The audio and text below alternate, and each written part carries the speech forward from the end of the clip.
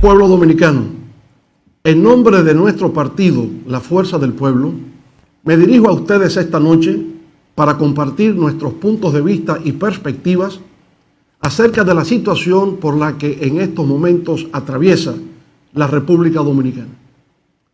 Al asumir su mandato el 16 de agosto del 2020, el actual gobierno, encabezado por el presidente Luis Abinader, se encontró con una situación de crisis de múltiples dimensiones ocasionada por la pandemia del COVID-19.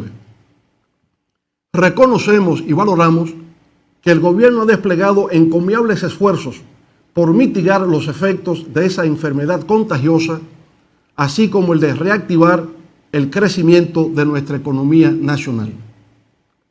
Al ser el COVID una tragedia de carácter global, es evidente que todo lo que acontezca en torno a su propagación y sus consecuencias económicas y sociales repercuten en nuestro país. El principal desafío a nivel mundial para combatir la pandemia fue encontrar una vacuna adecuada. Se logró en tiempo récord, en menos de 8 meses. Normalmente, la elaboración de una vacuna toma tiempo, a veces entre 10 y 15 años, pero los esfuerzos de colaboración entre los miembros de la comunidad científica internacional permitieron obtener ese milagro en tan corto tiempo. En la República Dominicana se contrató la vacuna AstraZeneca, fabricada en la India, con una licencia de dicha firma y la Universidad de Oxford en el Reino Unido. Lamentablemente, la referida empresa farmacéutica no pudo cumplir sus obligaciones contractuales a pesar de habérsele pagado, como tampoco las pudo cumplir con varios otros países de Europa. El fracaso del mecanismo COVAX de la Organización Mundial de la Salud, OMS, para proveer del fármaco a los países en desarrollo, obligó al gobierno a la búsqueda de la única alternativa viable en el momento, la vacuna Sinovac, elaborada por la República Popular China. De una meta de vacunar a 7.8 millones de personas para fines de este año, el 80% de estos, es decir, 6.2 millones para junio, en la actualidad han recibido una dosis 5.7 millones y 2 dosis 4.5 millones de ciudadanos. Por consiguiente, a agosto de este año, todavía faltaban 1.7 millones de personas por vacunar para completar la meta propuesta para junio del año en curso. Debido a una disminución del cúmulo de ciudadanos que en estos momentos acude a vacunarse, es lógico suponer que desafortunadamente tampoco se alcanzará la meta deseada en el plazo previsto. La decisión adoptada por el gobierno dominicano de aplicar una tercera dosis de la vacuna a los 30 días de completado el ciclo con un tipo de fármaco diferente, sin una clara explicación del porqué, encontró una oposición por parte de la OMS y de la Organización Panamericana de la Salud, OPS, que la condicionaron a la realización de estudios científicos que certificaran su necesidad y viabilidad.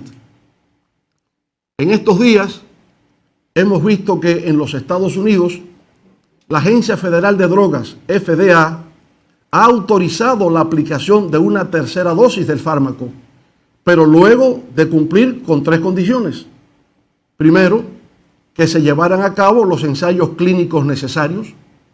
Segundo, que hubiesen transcurrido 8 meses, no 30 días, después de la aplicación de la segunda dosis. Y tercero, que se utilizara la misma vacuna que en el ciclo inicial, que en el caso norteamericano han sido las vacunas Pfizer, BioNTech, Moderna y Johnson & Johnson. Aparte de lo relacionado con el coronavirus, hay otras áreas del sector salud que no han sido debidamente atendidas por parte de las actuales autoridades. Es lo que ha ocurrido, por ejemplo, con enfermedades crónicas no transmisibles como el cáncer, la hipertensión arterial, la diabetes y la insuficiencia renal, que han traído como consecuencia aumento de morbilidad y de muertes que pudieron haberse evitado. En el área de atención primaria hay un abandono total.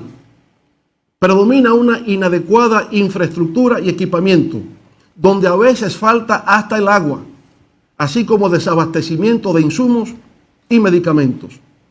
En los centros hospitalarios a nivel nacional hay una baja capacidad resolutiva, lo cual se refleja en largas listas de espera para consultas especializadas, tardanzas en programación de cirugías selectivas, escasez de pruebas de laboratorios y otros estudios diagnósticos. Más aún, hay una falta de recursos humanos, técnicos y profesionales causada por las indiscriminadas cancelaciones de profesionales y técnicos de alta calificación en el área. En lo que concierne a la economía, es preciso señalar que de conformidad con datos ofrecidos por el Banco Central, durante los primeros 6 meses de este año 2021, la economía dominicana creció 13.3% y se pronostica que para el año en su totalidad crecerá en 7.5%. Parecen cifras astronómicas, pero en verdad se trata de un rebote estadístico que compara la reactivación del crecimiento de este año con el colapso experimentado en nuestra economía en el 2020, que fue de menos 6.7% del PIB. No obstante, cuando se establece una relación entre los resultados del crecimiento económico del 2021 con los del año anterior a la pandemia, el 2019, resulta que la proyección real de crecimiento para el 2021 es tan solo de 0.3%. Fíjense ustedes, de una proyección de crecimiento por rebote estadístico de un 7.5% a una realidad de solo 0.3%. Se trata, por consiguiente, de un crecimiento relativo, lo cual pone en evidencia que utilizando cifras fuera de contexto, se puede confundir al pueblo mediante una manipulación estadística que no refleja la que realmente acontece en los hogares dominicanos. A pesar de los logros obtenidos por las actuales autoridades en mantener la estabilidad macroeconómica y un clima adecuado para la inversión, a los fines de que el país pueda salir de la crisis, lo cierto es, sin embargo, que todavía estamos en una fase embrionaria de recuperación de lo que habíamos alcanzado antes de la pandemia. En tal virtud, saludamos el empeño que ha puesto el gobierno en un importante sector productivo nacional como es el turismo. Pero aún tenemos un camino que recorrer para la total recuperación de la industria sin chimeneas de nuestro país. Por supuesto, muchas de las razones escapan al gobierno, pues también con motivo de la pandemia del COVID-19 y sus variantes, importantes mercados para el envío de turistas aún permanecen cerrados para visitar nuestro país. Como consecuencia, todavía tenemos hoteles cerrados en notables polos turísticos que dependen de esos mercados. En la Fuerza del Pueblo, aspiramos a que continúe ese empeño y esfuerzo gubernamental en asistir a ese sector para que logre el esplendor, la contribución a nuestra economía y a la generación de empleos que tuvo previo a la propagación del virus. Como parte del proceso de reactivación económica, es importante hacer referencia al papel significativo que han tenido las remesas enviadas por nuestros abnegados compatriotas en el exterior, siempre dispuestos a manifestar su solidaridad, aún en circunstancias adversas para ellos mismos. Durante los primeros 7 meses de este año, de enero a julio, hemos recibido 6.159 millones de dólares, lo que representa un aumento de 1.856 millones con respecto al mismo periodo del 2020, lo que equivale al 43.2%. Esos recursos que ingresan al país son de una importancia tal que en la actualidad resultan determinantes en el presupuesto del 50% de nuestros hogares. Es de reconocer que esos envíos del exterior, principalmente de los Estados Unidos, se ha debido a la política de expansión monetaria del gobierno norteamericano, que ha emitido 6 trillones de dólares para hacer crecer su economía. Esa expansión monetaria al mismo tiempo ha contribuido a ampliar la reactivación del resto de la economía mundial y naturalmente también de la economía dominicana. Como consecuencia del impacto económico del COVID-19, nuestra economía, que en el 2019 tenía un Producto Interno Bruto ascendente a 89.000 millones de dólares, experimentó en el 2020 una caída de 10.000 millones de dólares. Hablar de recuperación económica significa, en primer término, recuperar esos 10.000 millones de dólares perdidos en nuestra capacidad de producción de riquezas. Eso, claro está, no se logrará este año. Con vientos a favor podría tal vez lograrse en el 2022, pero lo más probable, sin embargo, es que lo podamos alcanzar en el 2023. Así pues, aunque nos encontramos afortunadamente en un proceso de reactivación, no podemos perder de vista lo que ocurre en el plano global, donde todavía persisten efectos de la pandemia, ahora con sus múltiples variantes, y una situación económica que, debido al fenómeno de expansión monetaria estadounidense, ahora tiene que enfrentarse a los efectos indeseados del crecimiento de la deuda y de la inflación. Por todo eso, cobra sentido la advertencia expresada por la CEPAL al estimar como una paradoja de la recuperación en América Latina y el Caribe el que el rebote económico no asegura un crecimiento sostenido. De todas maneras, tomando como bueno y válido que la economía dominicana durante el primer semestre del 2021 haya crecido 13.3%, conviene formularse la siguiente pregunta. ¿Cuál ha sido el aporte del gobierno desde el punto de vista fiscal para el inicio de esa reactivación económica? La mejor acción que el gobierno puede realizar para promover el crecimiento económico es a través de la inversión pública.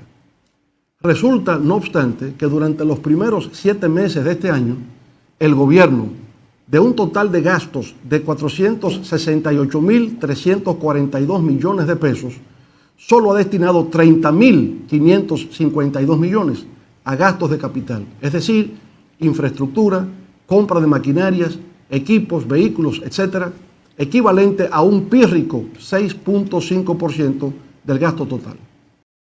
Eso es importante porque el gobierno, conforme al presupuesto de este año de 959.093 millones de pesos, el más alto de la historia económica dominicana, está legalmente autorizado a invertir en gastos de capital 132.365 millones, razón por la cual podemos afirmar que su contribución al inicio de la reactivación económica no ha sido en proporción a la que ha debido ser.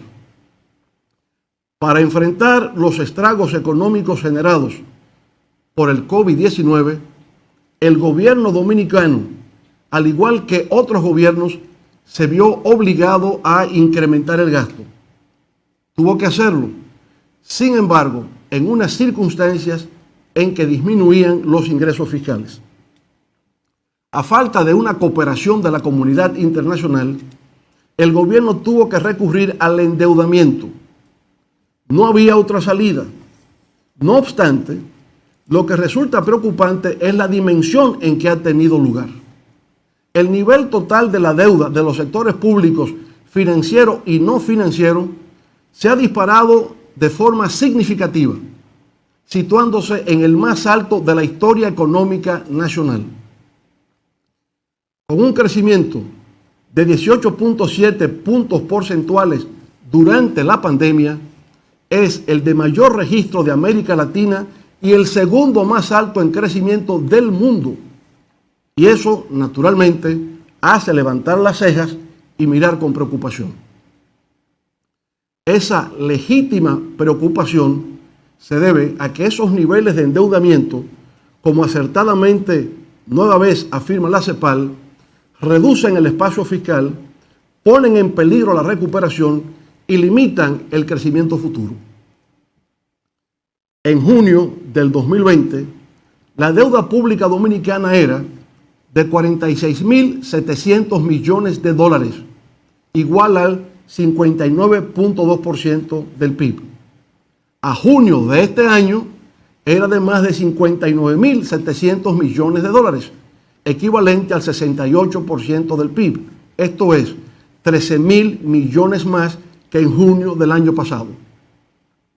Para que tengamos una idea de la magnitud de lo que estamos hablando, en 8 años, del 2004 al 2012, durante los 2 periodos consecutivos que me correspondió el honor de dirigir los destinos nacionales, el gobierno dominicano, a pesar de haber enfrentado 3 crisis, la bancaria interna, la crisis financiera global y el alza de los precios de los commodities, incrementó la deuda en solo 1.800 millones de dólares por año. Increíble, pero así es. Durante esos 8 años de nuestros gobiernos, la deuda incluso disminuyó, pasando de un 46.9% del PIB a un 41.3%. Señoras y señores, en los círculos oficiales se afirma que durante el primer año de gestión del actual gobierno se han recuperado 714.551 empleos de la prepandemia.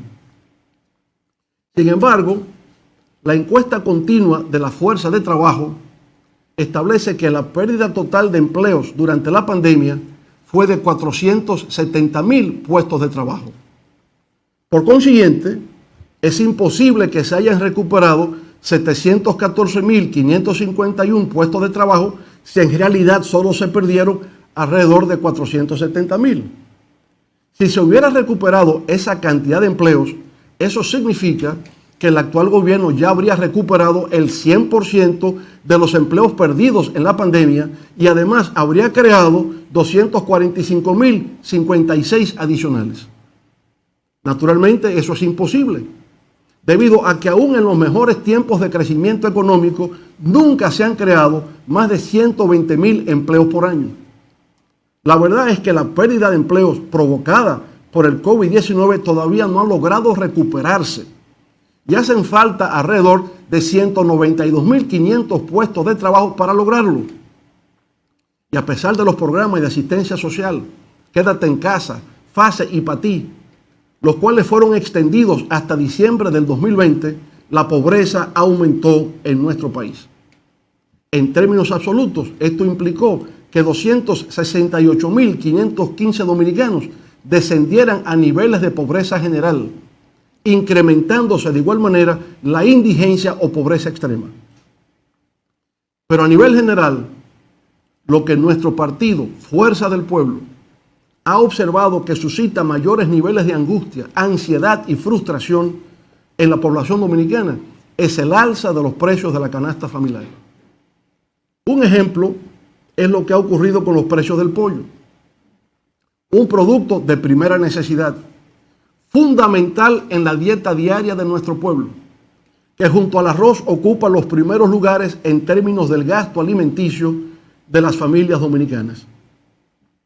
Aunque se asocia el alza del precio del pollo a la fiebre porcina, la verdad es que desde fines del 2020 y durante los primeros 7 meses de este año, el aumento en su precio ha sido una constante. Se han hecho reuniones entre autoridades, productores, dueños de supermercados y vendedores para buscarle una salida a un tema que resulta agobiante para la población y no se ha logrado. Ha habido un fracaso en solucionar el incremento de los precios del pollo, pero de igual manera con otros productos, como el arroz, el aceite y las habichuelas. Tampoco se ha logrado mejorar la situación con los limones, las naranjas y los aguacates, y ni siquiera con el arenque o el bacalao. Personalmente, he consultado a algunos vendedores de pollo, quienes me han hecho saber que el precio varía de un día para otro, así como de un lugar a otro, pero en ningún caso baja de 75 pesos la libra. Más bien oscila entre 85 y 90 pesos, y hay algunos puestos de venta en el Distrito Nacional donde ha llegado hasta a 100 pesos la libra. De acuerdo con las cifras del Banco Central, la inflación acumulada en el renglón de alimentos y bebidas no alcohólicas desde agosto del 2020 hasta julio del 2021 asciende en general a 9.84%. Pero hay productos alimenticios donde las alzas superan el 30%, el 40% y hasta el 60%. El huevo se incrementó al pasar de 179 pesos a 231 pesos el cartón de 30 unidades. La carne de res, que costaba 111 pesos la libra, ahora se encuentra a 152 pesos. El aceite de soya subió de 380 pesos a 626 pesos el envase de 128 onzas. Y las sopitas se incrementaron de 38 a 57 pesos la cajita de 7 unidades. El gobierno dominicano ha pretendido atribuir las alzas de los alimentos al incremento de los precios internacionales de los insumos y materias primas utilizadas en la producción, como los fertilizantes, los granos básicos y el petróleo. Sin embargo, esos mismos factores internacionales están presionando hacia el alza de los precios de los alimentos a todos los demás países de América Latina, con la diferencia de que la mayor parte de esos países muestran en los últimos 12 meses una inflación alimentaria moderada. El problema radica en que la inflación alimentaria de República Dominicana es una de las más altas de América Latina, solamente superada por Venezuela, Brasil y Argentina. El incremento de los precios de los alimentos, unido a la pérdida de empleos e ingresos económicos que ha sufrido el pueblo dominicano como resultado de la COVID-19, sugiere la posibilidad de que el país experimente un aumento del hambre y la subalimentación, lo que representaría a su vez un retroceso en términos de seguridad y soberanía alimentaria. Por supuesto, no podemos permitir que eso ocurra, y la fuerza del pueblo trabajará de manera infatigable para impedir que una situación semejante pueda enseñorearse sobre el territorio de la República Dominicana. Distinguidos amigos, el actual gobierno dominicano ha manifestado un particular interés en lo relativo a la transparencia, a la rendición de cuentas y a la lucha contra la corrupción y la impunidad. Debemos reconocer que el gobierno ha sido enérgico e insistente en tratar de cumplir con sus objetivos de fortalecimiento del Estado de Derecho en nuestro país. No obstante, es preciso indicar que ese objetivo no se ha iniciado con la actual gestión gubernamental. Desde el 1996, durante nuestra primera gestión de gobierno, se puso en ejecución un plan integral orientado hacia la reforma y modernización del Estado dominicano. Se creó la Comisión Nacional de Reforma del Estado, CONARE, la Comisión Presidencial de Reforma de la Justicia y una comisión de 15 juristas para la modificación de los códigos legales. Se aprobaron la Ley Orgánica de Presupuesto para el Sector Público, la Ley de Crédito Público, la Ley de Tesorería Nacional, la Ley de Planificación e Inversión Pública, la Ley de Compras y Contrataciones de Bienes, Servicios y Obras Públicas, la ley que crea el Sistema Integrado de Administración Financiera del Estado, la ley que instituye el Sistema Nacional de Control Interno y de la Contraloría General de la República, la Ley Orgánica de Administración Pública, la Ley sobre Función Pública y la ley que crea la Estrategia Nacional de Desarrollo 2030. Durante nuestra gestión de gobierno, se crearon la Dirección Nacional de Persecución de la Corrupción Administrativa, antecesora de la actual PEPCA, el Sistema de Declaración Jurada de Bienes, la Comisión de Ética Pública y Combate a la Corrupción y las comisiones de auditoría social.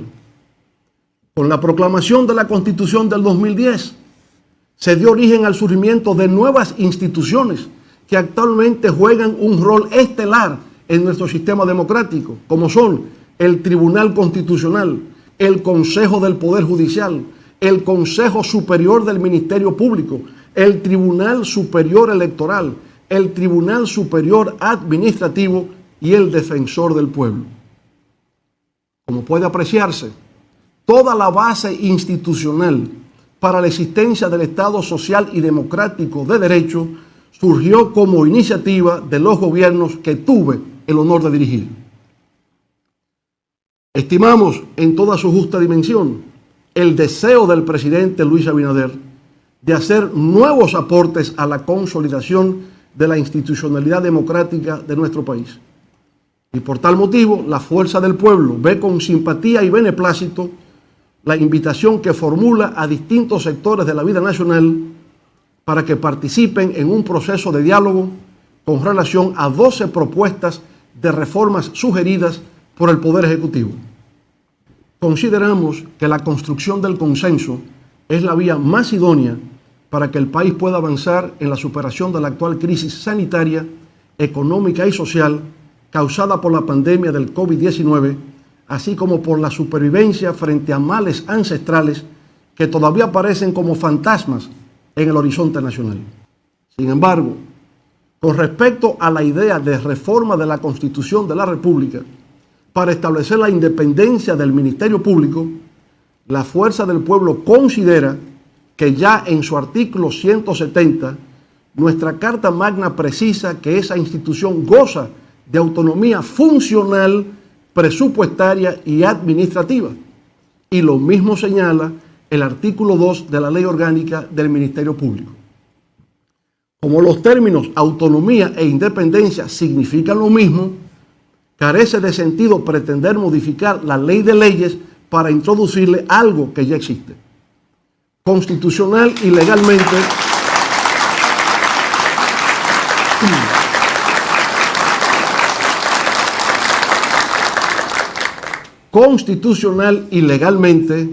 el Ministerio Público en la República Dominicana es independiente. Frente a todos los grandes desafíos históricos, nuestro pueblo siempre ha salido airoso. Lo referente a la pandemia del COVID-19 y sus secuelas económicas y sociales no serán una excepción. Sin embargo, frente a cualquier crisis hay que procurar ser moderado y cauteloso. Se requiere establecer un balance entre el optimismo de la voluntad y el realismo de la razón. Bien lo decía Confucio, un sabio oriental de la antigüedad, al señalar las siguientes palabras: los cautos rara vez se equivocan. Y así es. Muchas gracias y buenas noches.